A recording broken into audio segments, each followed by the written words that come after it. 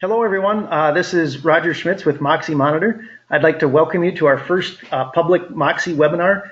We plan to continue this as a monthly event, so we welcome any feedback on how to make these more useful.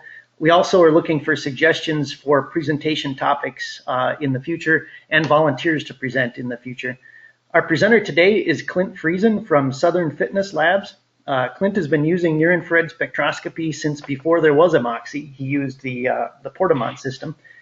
He's done a lot of work with motocross racers, and he's currently working with the Ricky Carmichael team.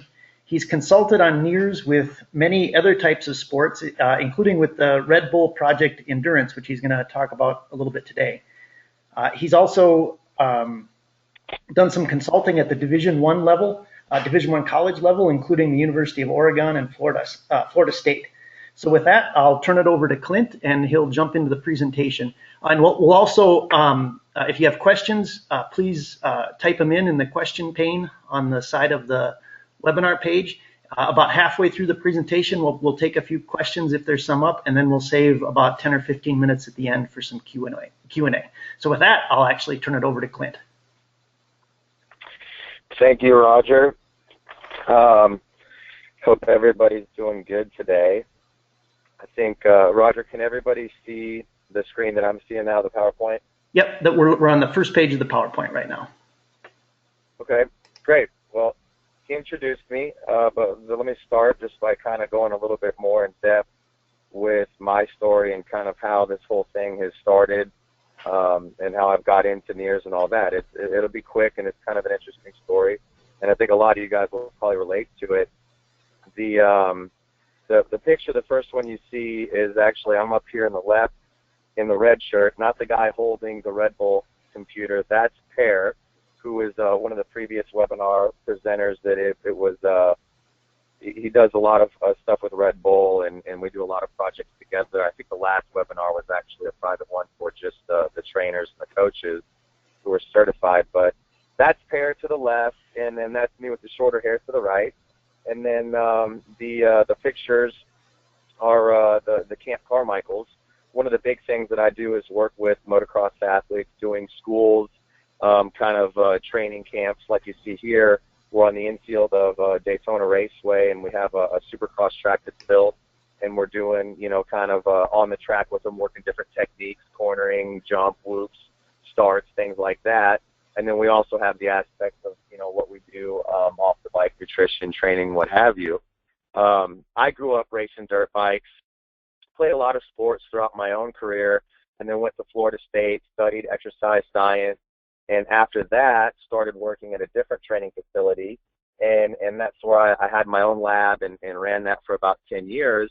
And during that time, I met Jurg Feldman, and that's really where the story gets interesting and kind of how this whole thing has snowballed between myself, Jurg, Roger, and everybody else. Jurg, first and foremost, is, in my eyes, probably the godfather in this world, in this day and age, probably the greatest physiologist out there. And I had the pleasure of working with him many, many years ago. And back then we were using the system that Roger referred to that's called the Portamon.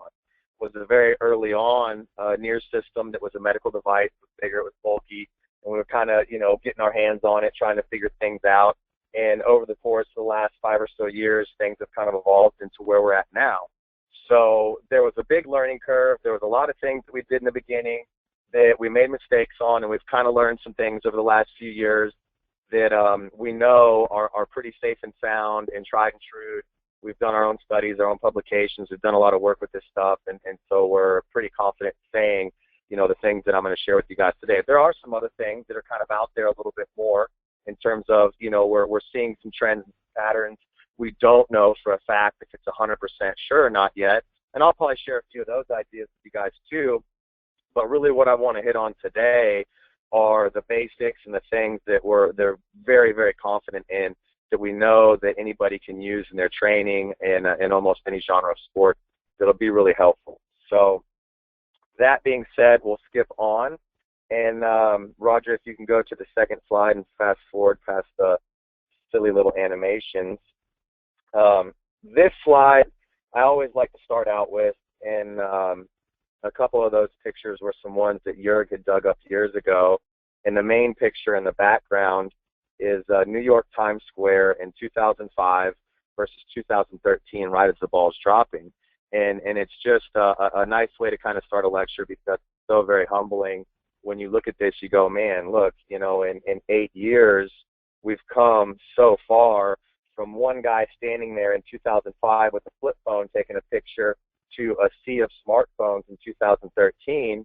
And then we see the old VO2 machine in the top left and some of the very first power meters in the bottom right. And it's just kind of a humbling thing to say, look, you know, wherever we're at now with technology, however much we think we know, tomorrow things are going to evolve. It's going to paint a better picture for us. There's going to be more pieces to the puzzle. And it's not to say that we were wrong with what we knew today or where we were at in 2005. We're just doing the best we can with the tools that we have available. So I like to start with this and move forward in saying that don't quote me on anything 10 years from now, because we'll probably be looking back on some of these things going, oh, well, we know better now, but this is just where we're at for the time being.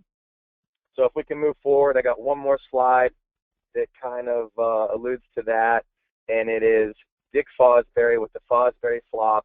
And if you guys follow the little timeline here, you see where they were doing the Western roll back in the day, and you see where in 1940 they turned over to the straddle, and then all of a sudden in 1968 they switched over and started doing the Fosbury flop. And look at how performance and look at how the records were being shattered over that very, very short time span.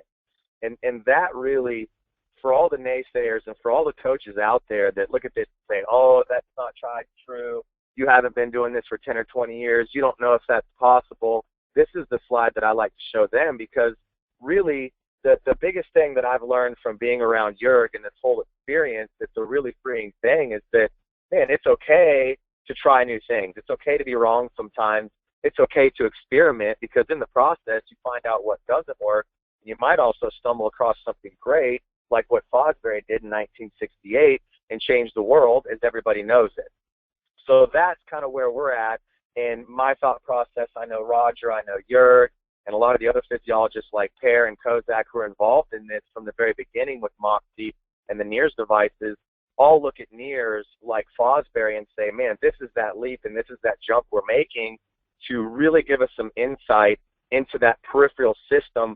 We're not looking at the delivery system with the lungs and the heart like we've been able to do with cardiac output devices and VO2 devices for decades and decades.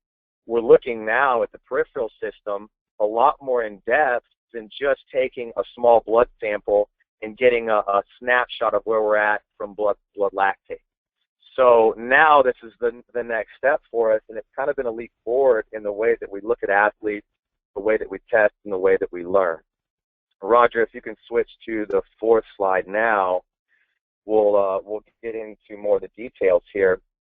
The first thing, and I know a lot of people like to do this, and I think it's smart, is everybody wants to draw correlations between what they know and what they're comfortable with in the past and what this new technology, what a new piece like NIRS means. So heart rate is one that a lot of people are familiar with. And I just want to point out a few things. When you guys are starting to use a heart rate monitor in combination with Moxy, it's a great, great combo. Like Jurg's dream years and years ago, it's the Bio Watch. And really what he always dreamed of was this watch that would give you feedback from the heart, i.e. the cardiac system, the lungs and breathing, which we're not quite there yet, but also the peripheral system, the muscles, the blood, oxygenation, things like that. And so right now, this Moxy has given guys like Jurg and I this one step closer to the Bio Watch of having feedback from the heart, the lungs, and the muscles. So what I want to tell you guys when you first start to use this in combination, the first time you're seeing these graphs, don't get too confused, because there's a few things that'll trick you. One, you see the athlete on the left that's doing a wall sit. He's very nonchalantly sitting up against a wall, and if you had a heart rate monitor on him right now, you might see that his heart rate is 100. It may, after a minute or two, climb to 110, 120, 130, but it probably wouldn't get much higher than that. What you wouldn't see, and what the heart rate wouldn't be indicative of, is exactly how hard his legs are working. So in this case, what I'm getting at is if you're trying to use heart rate to say, here's the workload, here's the intensity, here's how hard this athlete's working, you're only going to see a heart rate of 120, maybe 130, and you're going to go, well, this is really easy. But if you had a Moxy monitor on his legs right now, vastus lateralis, right on his quads, you would see that after a minute or two, he's working at 100% intensity. He's all out. He's rock bottom in oxygenation. You may see there's a venous occlusion starting to happen or something with blood volume that's changing and shifting, and you can see that he's really very close to the end through using Moxy. But heart rate is just going to say, hey, he's at 120, 130. He can hang out and sit here against this wall all day. At the same time, you switch over to the picture on the right, the motocross athletes that we work with, they are sitting on the start gate, and before they even move a muscle and start to work at all, their heart rates jump up to 180 or 190 beats a minute when they're about to take off at the start of the race. And what that is catecholamines, it's hormones, it's adrenaline, and all these other things that are just causing your body to go, all right, hey, it's fight or flight response. It's time to play ball. We need to get primed. We need to get ready for this gate drop because it's about to go down. And if you were trying to use heart rate while they're sitting on the gate to gauge intensity, you would say, wow, the heart rate's 180 beats a minute. This guy's working really hard. When in actuality, you would look at the Moxy data and you'd go, hey, no, this guy's not doing anything. He's just sitting there. So when you start to compare heart rate with the Moxy data and SMO2, just be careful and remember that heart rate is not always indicative of how hard the working muscle group is truly going. If, Roger, if you'll skip to that next one, I think we're on slide 5 now. What is really important, and again, Jörg was the one that came up with this thought and idea of delivery versus utilization. The top graph shows somebody who has a delivery weakness. This is SMO2, guys. Both of these graphs that you're seeing are from 2 different athletes, and that is the oxygenation levels that's in the muscle group that we're targeting.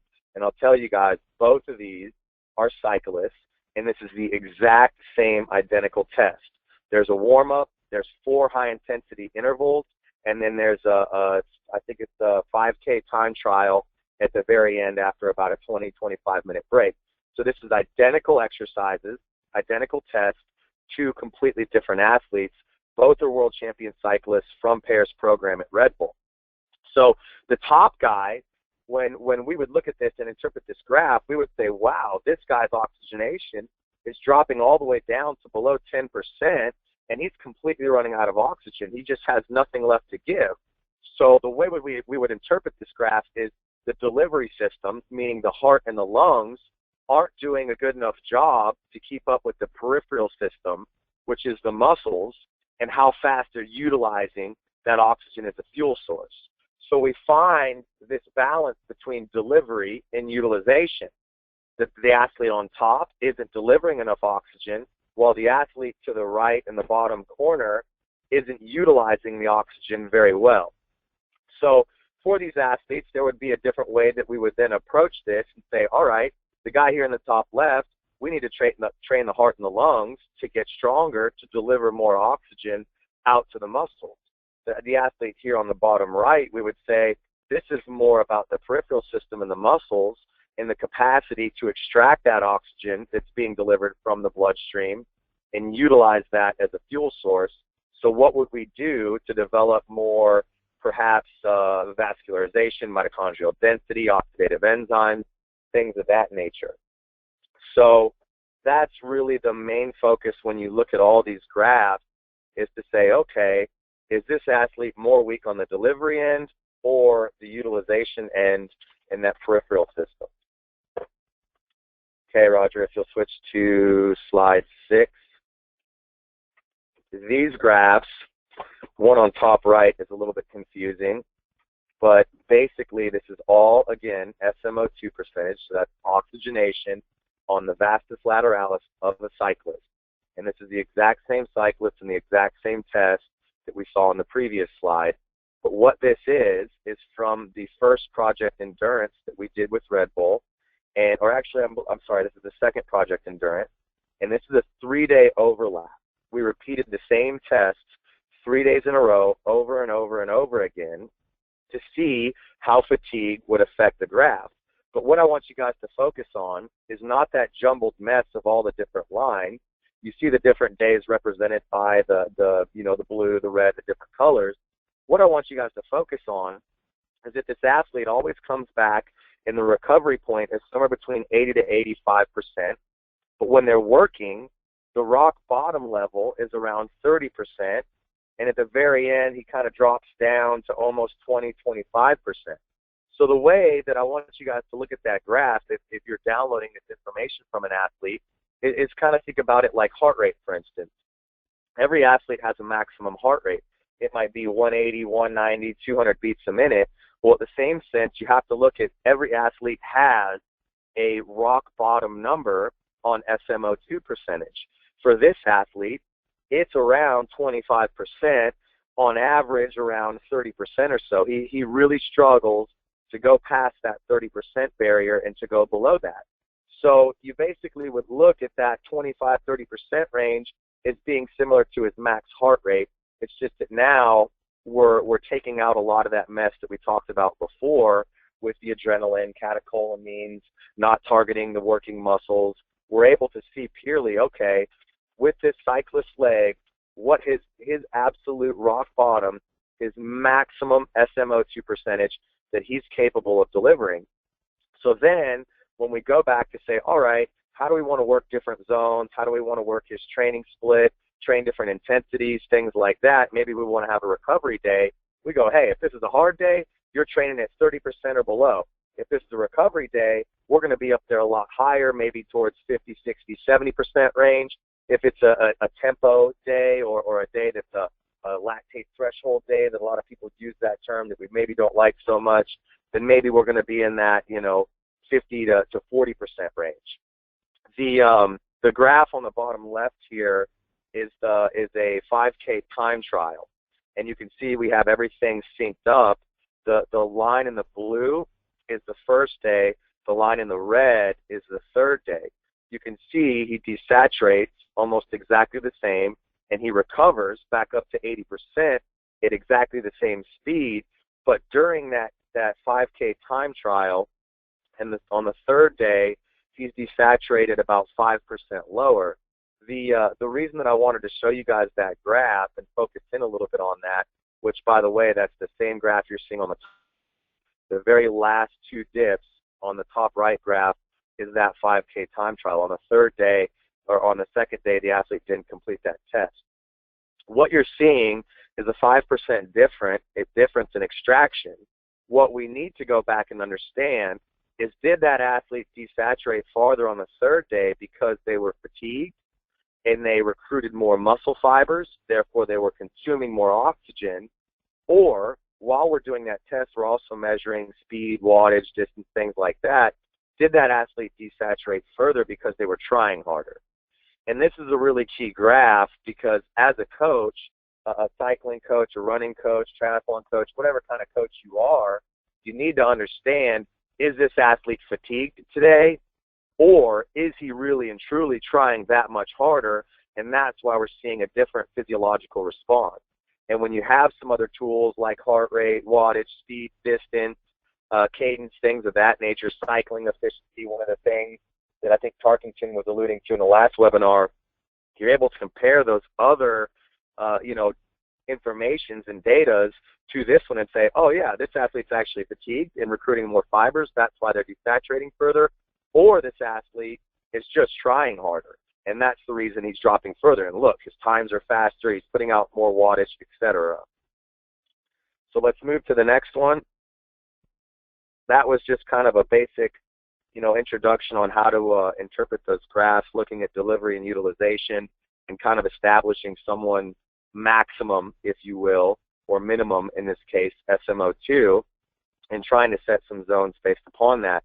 This graph is where we start to get into the Red Bull Project Endurance. Is something that we wanted to share with you guys a little bit more, just because it's a great example of how we use these devices. Hey, Clint, I'm just going to jump in here just a second. If any of the attendees would have any questions for Clint, you can go ahead and type them in now. Clint's going to present for about another 10 or 15 minutes or so, and then we'll take the questions at the end. So sorry for the interruption there, but go ahead, Clint. Okay. The pictures to the right here are where Per and I and the rest of the Red Bull High Performance team were doing the testing. The top one was at altitude. I think that was Mount White at about 10,000 feet of elevation, and the other one was in the middle of Death Valley, which is, I believe, negative 65 feet of altitude. And this middle picture is actually what was going on the inside of that trailer, although it doesn't show you that it was about 130 degrees in there when we were in Death Valley. What we were trying to do during this test was look at how the body's physiology responds differently to the varying changes in altitude, heat, and all the mental components as well. So what you see on these two graphs over here to the left is two different athletes. On the top graph, the red SMO2 line, and these are SMO2 values. So this is showing us oxygenation on the quads, the lateral vastus of the cyclist. The top graph in red is day one in Death Valley. The blue line on that top graph is day that later on in that same day up at Mount White at altitude at 10,000 feet of elevation. So what you see is an identical step test. It was 4-minute increments, increasing, I believe, 30 or 40 watts. I think some of the females only went 20-watt intervals. But what you see in the blue line is that at altitude, the athlete was only able to accomplish about 2/3 as much of the test as they did at sea level, meaning that they quit and could only make it to about, I think some of the athletes went up to 300 watts. This one on top, I believe, was at about 300 watts at altitude and barely made it to 200 watts or 220 at altitude. So, or I'm sorry, I got that wrong. At sea level, they made it to 300 watts. At altitude, they made it to about 200. So failure happened much, much quicker. And when you look at the blue line versus the red line in that top graph, they were desaturated the whole entire time, almost 20 to 30% more at altitude, where obviously at altitude there's a lot less oxygen. So we saw a much shorter test and a much lower oxygenation level. The graph below is actually a Tour de France stage winner who was testing and doing the same test, and their graphs were much, much closer. This again is sea level versus altitude, the red and the blue line, and the lines are almost touching in most places, you know, maybe 10% difference at some points. But what I want to show you guys is that this athlete on the bottom graph had more of a utilization issue, whereas the graph at the top had more of a delivery issue. And so when you have a delivery issue, again, remember what that means. The heart and the lungs aren't doing a really solid job of keeping up with delivering enough oxygen. The muscles are burning it faster than they can get it. This athlete at the bottom, where it's more of a utilization issue, means that the muscles aren't extracting that oxygen as fast as the heart and lungs are sending it. So for athletes, when you go to altitude, when you compare sea level versus altitude to an athlete who isn't utilizing oxygen very well, you're not going to see that much of a change. When you look at that top graph, you go, wow, well, she has a delivery weakness. And when you put her into an environment where there's a lot less oxygen, she's delivering a lot less oxygen. So the weakness becomes a lot more pronounced and profound. And we see a marked, a really significant decrease in performance. So jump forward to slide 8. As I'll touch to this one really quickly. With this last 3 years, we've done this Red Bull Project Endurance. The first year, we were looking at changes from altitude to sea level, and that's one we just kind of talked about. The second year, we went back to central governor ideas, which you see Rebecca Rush there up in the top right, who had some different piece of equipment and devices that we were using to study the brain and the central governor system to see changes. And not only how the muscles were responding to the different, temperatures and altitudes, but also how the brain was responding to that and fatigue. And after we got through that second year, I think all the physiologists and scientists and doctors involved said, you know what, The brain is a really complicated mess, and I don't think we want to go there yet. So now let's go back again to year 3 to studying these altitude effects and doing more peripheral monitoring, looking at Moxy and NIRS devices like those graphs, the graphs I just showed you in the previous slide. And then let's throw in there some different things like monitoring, wattage. We had force plate production. We were looking at EMG and a lot of other different devices that were kind of showing us, okay, how is the peripheral system being affected? How is the body from the neck down being affected? Let's maybe not focus so much on the brain because that's really hard. And so what we have a really good understanding of and what we're able to do really well now with athletes in any genre of sport, especially with Moxy because it's a small sensor placed on the leg, is we're able to see from the neck down exactly what's happening with the heart, the lungs, the blood, and the muscles, and that paints a really nice picture for us. And so sometimes when you get a little bit too far ahead, like we did in the second year of trying to study the brain, you realize that maybe we're not quite ready for that. And we've gone back in this last year to studying a little bit more of what we know we're collecting good data on and what we understand a little bit better.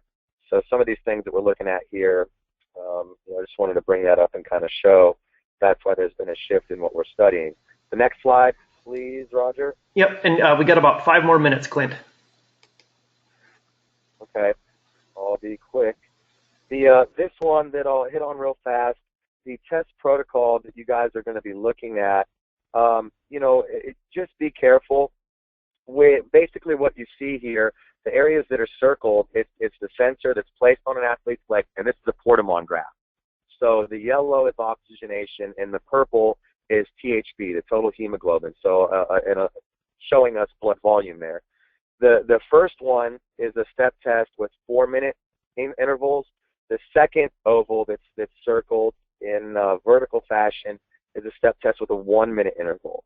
And what you see is a completely different physiological response, not because we're talking about a different human being. This is the same leg, same sensor, same test, same time, just given a short break.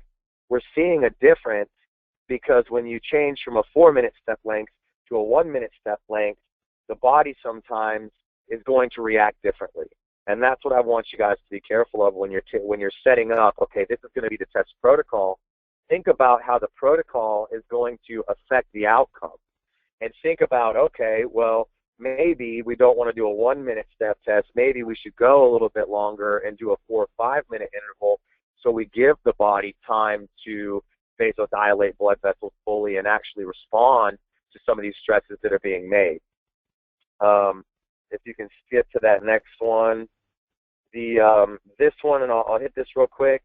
The warm-ups that we do, guys, this graph that you're seeing, the main graph, is, again, another SMO2 from that same graph we saw earlier. And what you're seeing is blood volume is increasing because vasodilation from the very beginning, where the athlete started out in the 60 to 70% range, after the 10 or 15-minute warm-up, they're up at a much higher blood volume because of vasodilation, that fight or flight response.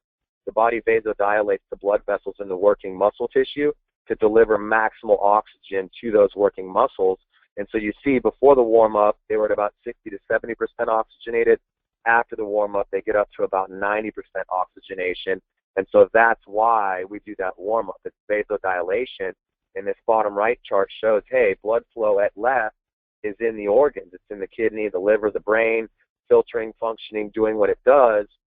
That warm-up tells the body, hey, it's fight or flight response time. It's time to vasodilate these blood vessels in the working muscle tissue and send that oxygen out to the muscle so it can use it to extract and do its job.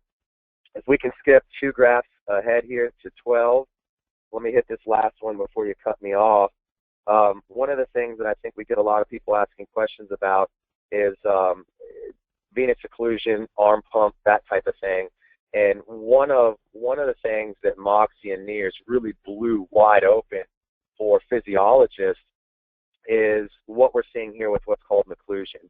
And basically what that means is what this graph is showing you. At different compressions, at different pressures, when the muscle is contracting from 20% to 30 to 40 to 50%, there's more compression being built by the muscular contraction. and that compression weighs down on the blood vessel. And when that muscle compression overcomes blood pressure, you restrict and cut off blood flow, just like standing on the guard post. You guys will hear Jurek allude to that a lot. If muscle compression and contraction force overcomes blood pressure, it cuts off blood flow and therefore the delivery of oxygen and blood from the heart and lungs. So what we get a lot with our motocross athletes is arm pump, and what we're able to figure out through using NIRS is exactly why, when, and what was happening with that. And Jurgen and I, actually it was an athlete, Jeff DeBush, we were testing with, and Marianne Kelly out in Joshua Tree, California. We're playing around with some tests and the early NIRS devices one day, and we kind of started thinking about this.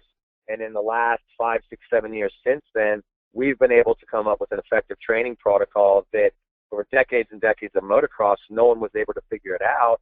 And we figured it out right there in one day in Joshua Tree. And ever since then, we've never had another problem with arm pump. It's about strength, where everybody before was thinking it was about cardio and endurance and fitness.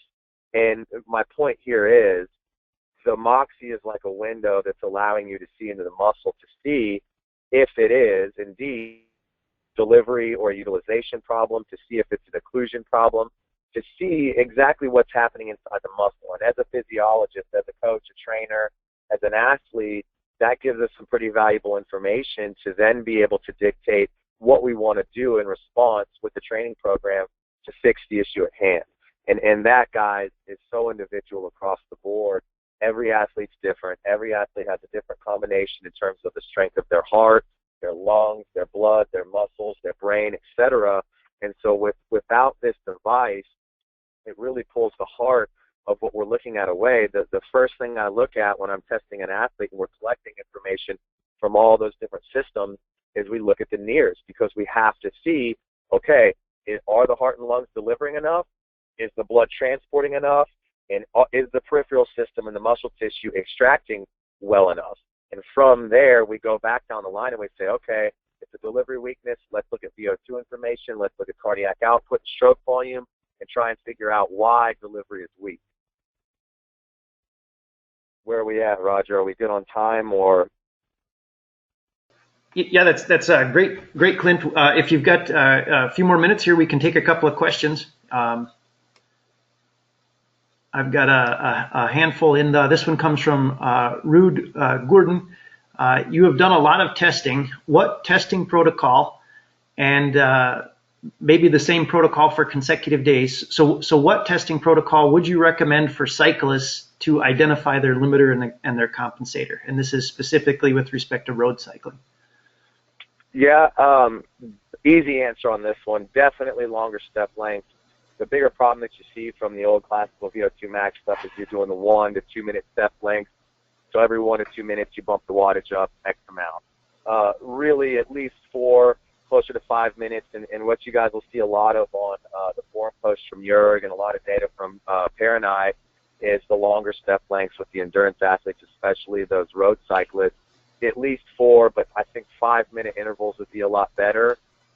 You start going faster than that, and you just don't give the body enough time to respond and react to those changes. So the other thing to look at would be the 515 protocol. There's a lot of data there on the forum from Jurg that would tell you that protocol and explain it in detail. I would recommend that one for sure. Okay. We've got another question here. This is also from Rude. Do you actually do a training program for cyclists only based on SMO2 versus wattage? Based on SMO2 versus wattage-based training to see improvements on several performance outputs, like raising FTP, VO2 max, etc.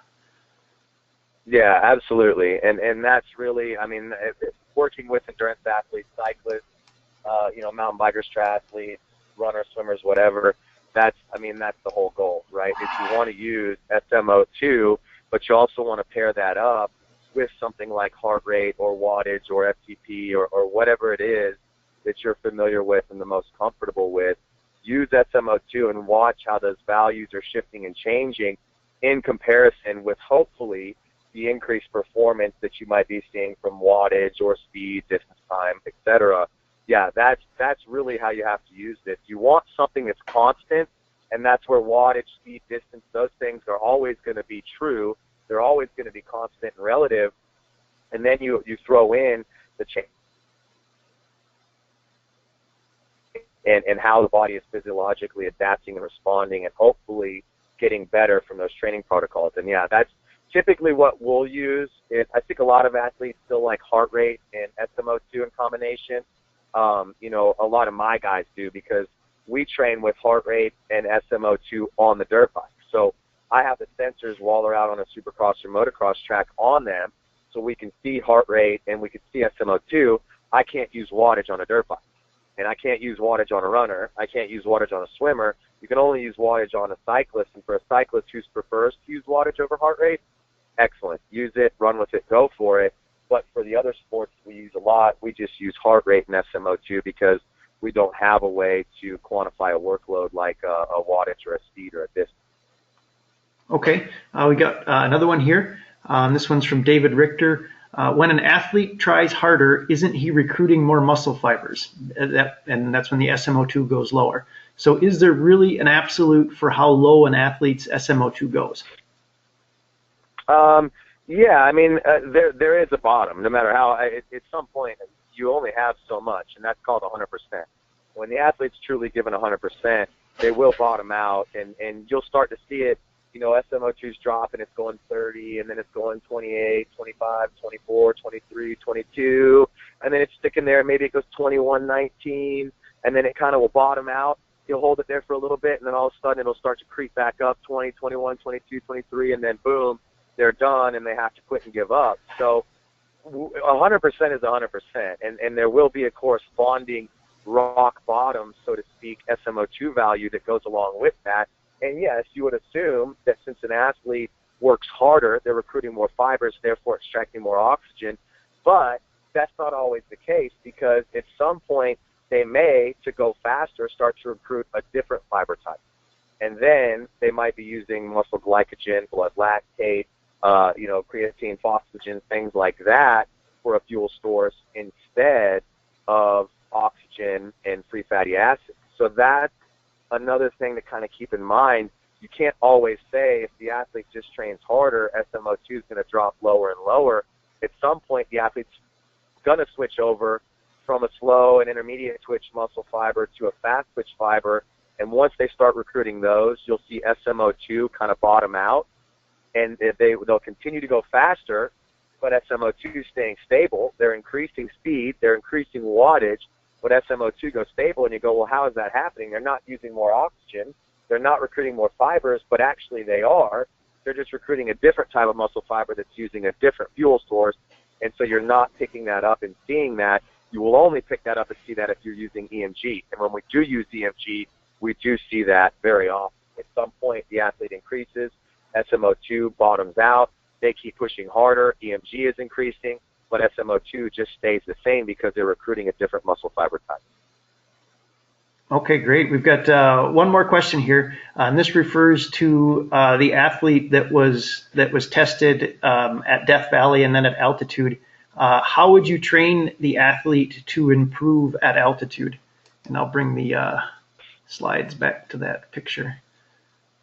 Well, specifically, and that's a really easy answer, we do respiratory training. It's been my experience through working with, Frank Bohr and his father, Gene Bohr, who do the PhysioFlow, and that's the device that we use to measure or monitor cardiac output, stroke volume, that stuff.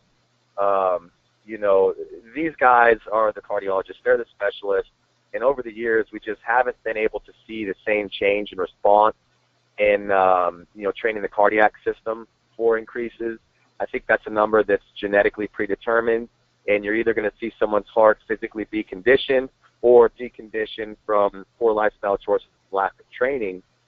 So when we see poor delivery, I go back and I go, okay, well, this guy's fit.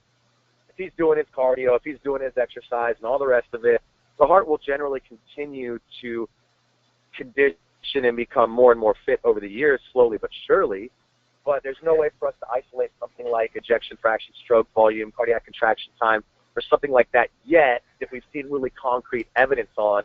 Jurg has some really cool ideas, and we've tried some things we've had success with, but nothing that's been proven time and time again.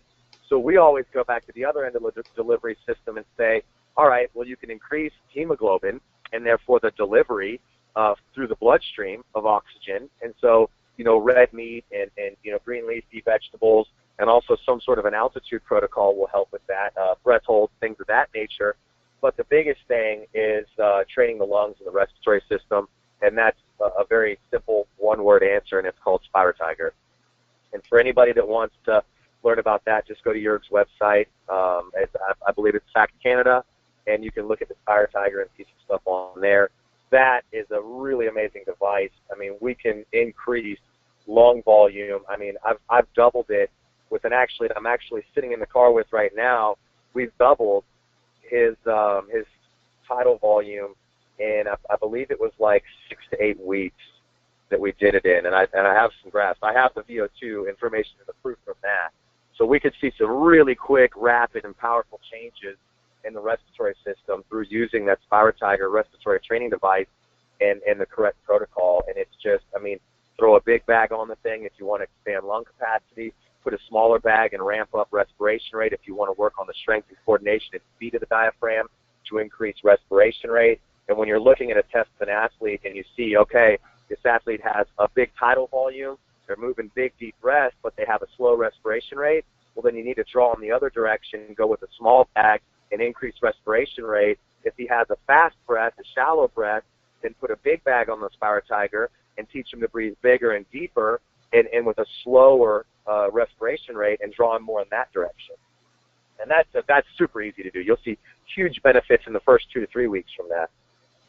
All right, great. We got time for one more question here, and there's more questions beyond this. We're not going to have time to get to all of them, so we'll post this up on our forum. So if anybody wants to follow up with more questions on the forum, we can pick it up from there. But here's our last question: is the Moxy sensor an option for monitoring intermittent hypoxic training?